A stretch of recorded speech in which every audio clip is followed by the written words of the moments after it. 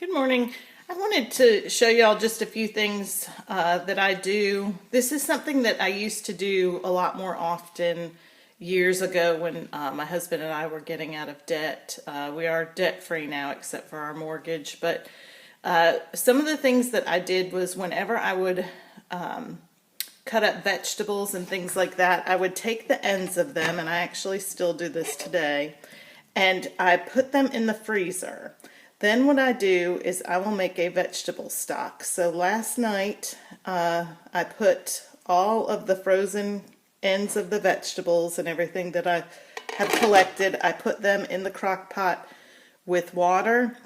Just filled it up with water, cooked it on low all night long. I will drain this, and I am actually decided to make homemade chicken noodle soup that with one of the chicken breasts that I cooked yesterday. I'm going to make grilled cheese sandwiches as well to go with this when it's done.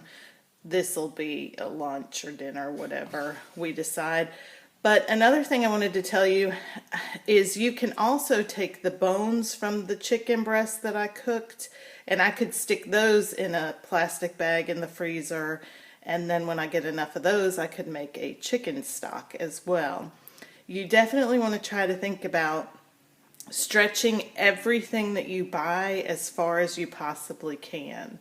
Now, a lot of people will say, well, I don't have time for this, but if you have debt, then make the time. I just want to encourage you to make the time, because I worked full time. I was a deacon in our church. I was extremely active in our youth group, and I made time to make homemade dishes and to pinch every penny that we could to get out of debt. If, for example, if you do 1 week a month where you do a no spending week, or just spend $25 on groceries that week, maybe you get your perishables and your produce.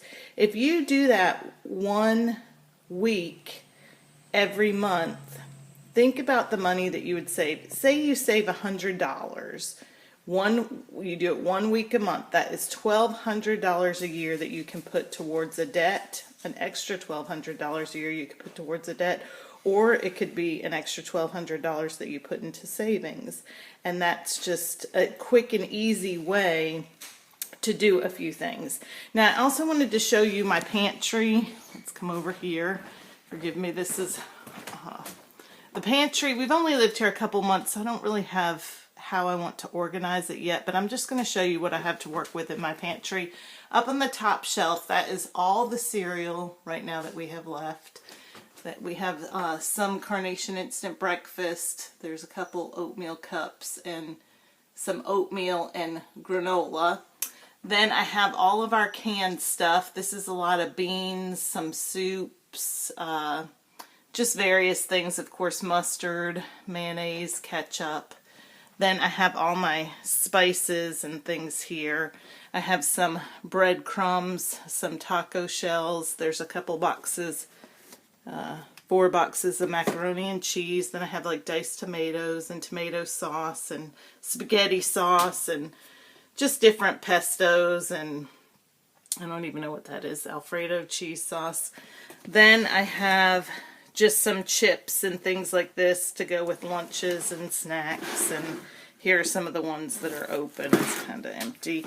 Then this is usually where I keep my bread. As you can see, there's the bread that I sliced up from yesterday that I talked about, and the rest of the cornbread muffins that I made.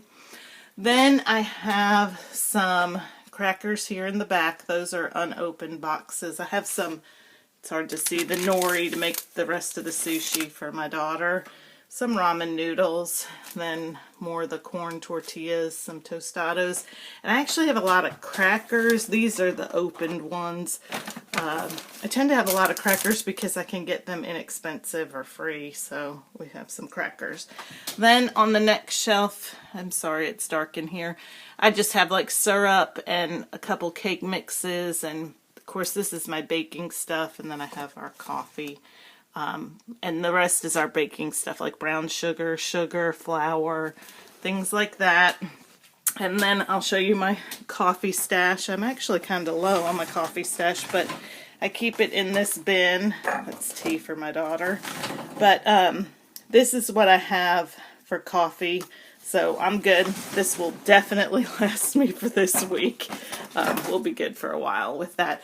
And on the bottom shelf here, I do have some rice. Of course, there's my paper towels and stuff down there. But I just kind of wanted to give you an idea of what I'm working with on this challenge just to finish out the rest of the week of October. But really want to encourage you to do this challenge. Really challenge yourself to think outside the box with some of your meals.